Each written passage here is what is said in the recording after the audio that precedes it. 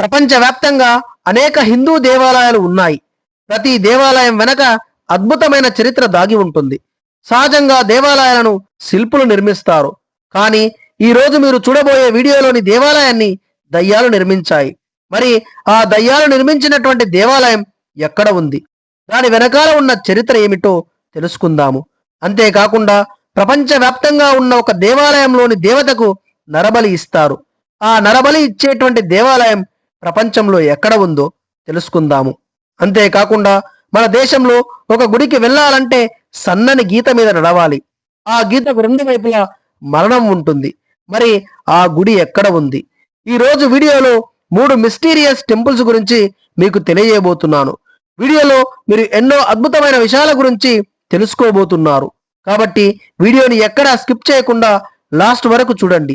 Video నచ్చినట్టయితే video కింద like చేయండి. ఇలాంటి మరిన్ని ఇంట్రెస్టింగ్ వీడియోస్ కోసం తప్పకుండా మన ఛానల్ని సబ్స్క్రైబ్ చేసుకోండి. ముందుగా ప్రపంచవ్యాప్తంగా నరబలి ఇచ్చేటువంటి ఆ దేవాలయం ఎక్కడ ఉంది, దాని వెనకాల ఉన్న చరిత్ర గురించి ఇప్పుడు తెలుసుకుందాము. ఆ దేవాలయం పేరే దక్షిణ కాళి దేవాలయం. ఇది నేపాల్లోని కాఠ్మాండు లోయకు దక్షిణంగా పార్ఫింగ్ గ్రామ సమీపంలో ఉన్న ఈ ఆలయము కాళీమాత యొక్క అత్యంత శక్తివంతమైన మరియు భయంకరమైన రూపానికి అంకితం చేయబడింది. ఈ ఆలయంలో అత్యంత వివాదాస్పదమైన మరియు భయానక అంశం ఏమిటంటే ఇక్కడ ఇప్పటికీ జంతు బలులు చేయడం జరుగుతుంది. ఈ బలులు దేవిని శాంతింప చేయడానికి మరియు కోరికలు తీర్చడానికి శతాబ్దాలుగా వస్తున్న ఆచారం. దసరా పండుగ సమయంలో ఇక్కడ పెద్ద సంఖ్యలో బలులు ఇస్తారు. అందుకే దీనిని కొందరు రక్త దేవాలయం అని కూడా పిలుస్తారు. 14వ శతాబ్దంలో మల్లా రాజుకు కాళీమాత స్వప్నంలో కనిపించి లోయకు దక్షిణాన ఉన్న ఒక నిర్దిష్ట ప్రదేశంలో తనను పూజించాలని ఆదేశించినట్లు ఒక ప్రసిద్ధ కథనం ఉంది. ఆ కళ ప్రకారము రాజు ఈ ఆలయాన్ని నిర్మించారు. ఈ ఆలయము 2 నదుల సంగమం వద్ద తాబేలు ఆకారంలో ఉన్న భూమిపై నిర్మించబడింది. ఇది తాంత్రిక సాంప్రదాయంలో అత్యంత శక్తివంతమైన స్థలంగా పరిగణించబడుతుంది. మాసన్ కాళీ దేవాలయం బూత్ కేల్ అని పిలువబడే ఈ ప్రాంతానికి దగ్గరగా శ్మశాన వాటిక పక్కన ఉన్న ఈ కాళీ ఆలయం చుట్టూ భయంకరమైన కథలు ప్రచారంలో ఉన్నాయి. శ్మశాన వాటిక దగ్గరగా మాసాన్ అంటే నేపాలీ భాషలో శ్మశానము లేదా దహన వాటిక అని అర్థం. ఈ ఆలయము శ్మశాన వాటికకు సమీపంలో ఉండటం వలన దీనికి ఆ పేరు వచ్చింది. పూర్వకాలంలో పశువులను మేపడానికి ఇక్కడికి వచ్చిన వారు రహస్యంగా అదృశ్యమైపోయేవారని స్థానికులు నమ్ముతారు. ఆ అదృశ్యాల కారణంగా ఈ ప్రాంతంపై భయం ఉండేది. పాత రోజులలో ఇక్కడ ఎక్కువ మంది పిల్లలు చనిపోయేవారని, వారి ఏడుపుల శబ్దాలు ఇప్పటికీ కొన్నిసార్లు వినబడతాయని ఇక్కడి వారు చెబుతారు. అంతు చిక్కని సువాసన. అర్ధరాత్రి వేళ ఆలయానికి దగ్గరగా ఎవరూ లేకపోయినా అగరబత్తులు మరియు ఇతర పూజా సామాగ్రి యొక్క సువాసన వస్తుందని పూజారులు మరియు స్థానికులు చెబుతారు. ఈ కథలు చాలా వరకు జానపద కథలు, పురాణాలు మరియు స్థానిక నమ్మకాల ఆధారంగా ప్రచారంలో ఉన్నప్పటికీ అవి నేపాల్లోని ఈ కాళీ దేవాలయాల చుట్టూ ఉన్న రహస్యమైన మరియు భయానకమైన వాతావరణాన్ని సూచిస్తాయి.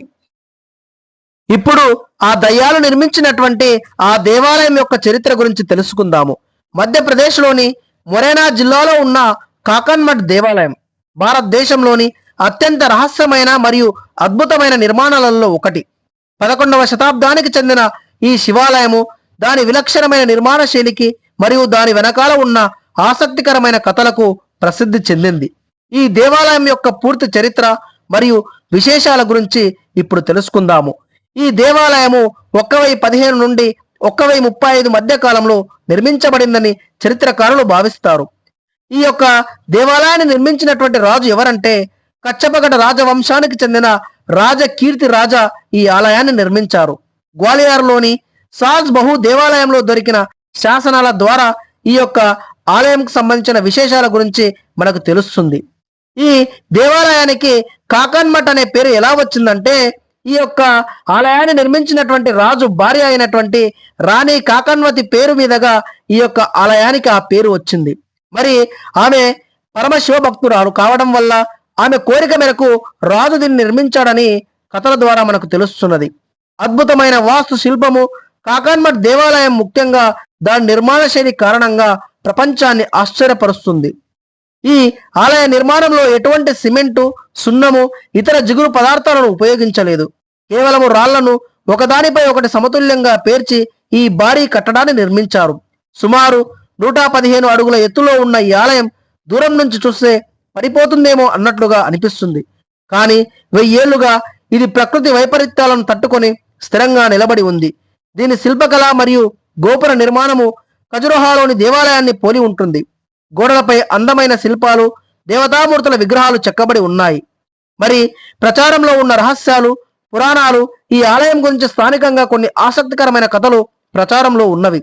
మరి అవేమిటంటే, స్థానిక కథనాల ప్రకారము ఈ ఆలయాన్ని మనుషులు కాకుండా దెయ్యాలు లేదా భూతాలు ఒకే రాత్రిలో నిర్మించాయని నమ్ముతారు.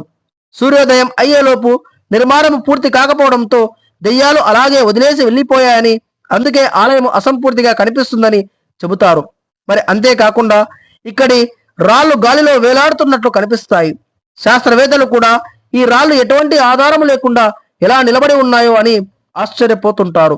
దురదృష్టవశాత్తు కాలక్రమాన యుద్ధాలు మరియు విదేశీ దండయాత్రల వల్ల ఈ ఆలయం కొంతమేర ధ్వంసం అయ్యింది. ప్రస్తుతం ఇది భారత పురావస్తు శాఖ రక్షణలో ఉంది. ఆలయం చుట్టూ ఉండాల్సిన ఇతర చిన్న దేవాలయాలు ప్రస్తుతం శిథిలావస్థలో ఉన్నాయి. ఆలయంలోని ప్రధాన శివలింగం మరియు శిల్పాలలో కొన్నింటిని భద్రతా దృష్ట్యా గ్వాలియర్ మ్యూజియానికి తరలించడం అనేది జరిగింది. ఈ యొక్క ఆలయానికి సంబంధించినటువంటి ఇది అసలైనటువంటి చరిత్ర. భారతదేశంలోని ఒక కోటలోని దేవాలయానికి చేరుకోవటం అంటే ప్రాణాలతో చెలగాటం ఆడినట్లే. ఆ యొక్క కోటలో దేవాలయానికి వెళ్లే మార్గానికి 2 వైపులా మరణం పొంచి ఉంటుంది. మరి ఆ కోటనే నాసిక్ జిల్లాలోని హరిహర కోట. ఈరోజు ఆ కోటకు సంబంధించినటువంటి చరిత్ర విశేషాల గురించి తెలుసుకుందాము. హరిహర కోట మహారాష్ట్రలోని నాసిక్ జిల్లాలో సహ్యాద్రి పర్వత శ్రేణులలో సముద్ర మట్టానికి సుమారు 3676 అడుగుల ఎత్తులో ఈ కోట ఉంటుంది. మరి ఈ యొక్క హరిహర కోటను యాదవ వంశానికి సంబంధించిన వారు 9 నుండి 14వ శతాబ్దం మధ్యకాలంలో నిర్మించారు. ఈ కోట నిర్మించడానికి ప్రధాన ఉద్దేశము గోండా ఘాట్ గుండా వెళ్లే ముఖ్యమైన వాణిజ్య మార్గాన్ని పర్యవేక్షించడానికి మరియు రక్షించడానికి ఈ కోటను నిర్మించారు. మరి ఈ కోట వివిధ రాజవంశాల చేతులలో మారింది.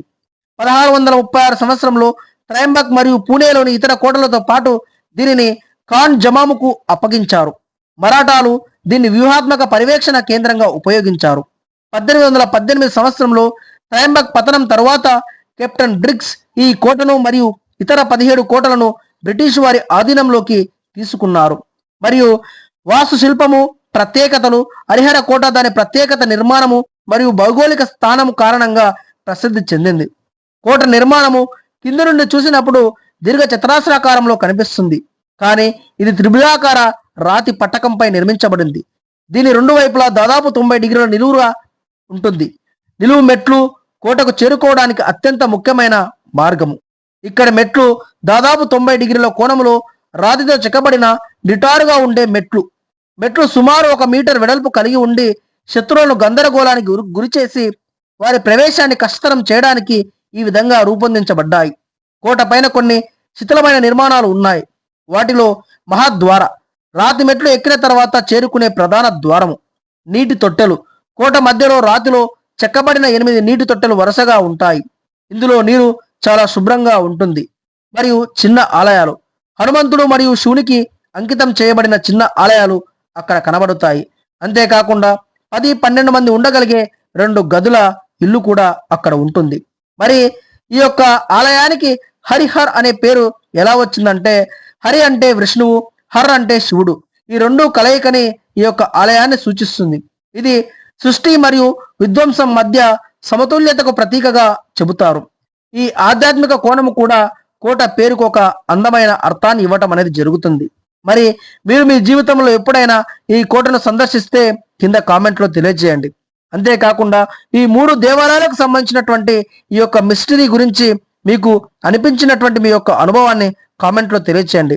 ఇలాంటి మరిన్ని మిస్టీరియస్ టెంపుల్స్ కు సంబంధించినటువంటి చరిత్ర గురించి తెలుసుకోవాలనుకుంటే తప్పకుండా మన ఛానల్ సబ్స్క్రైబ్ చేసుకోండి. మరొక మంచి వీడియోతో మీ ముందుకు వచ్చేటువంటి ప్రయత్నం చేస్తాను. అప్పటి వరకు అందరికీ కూడా ధన్యవాదాలు.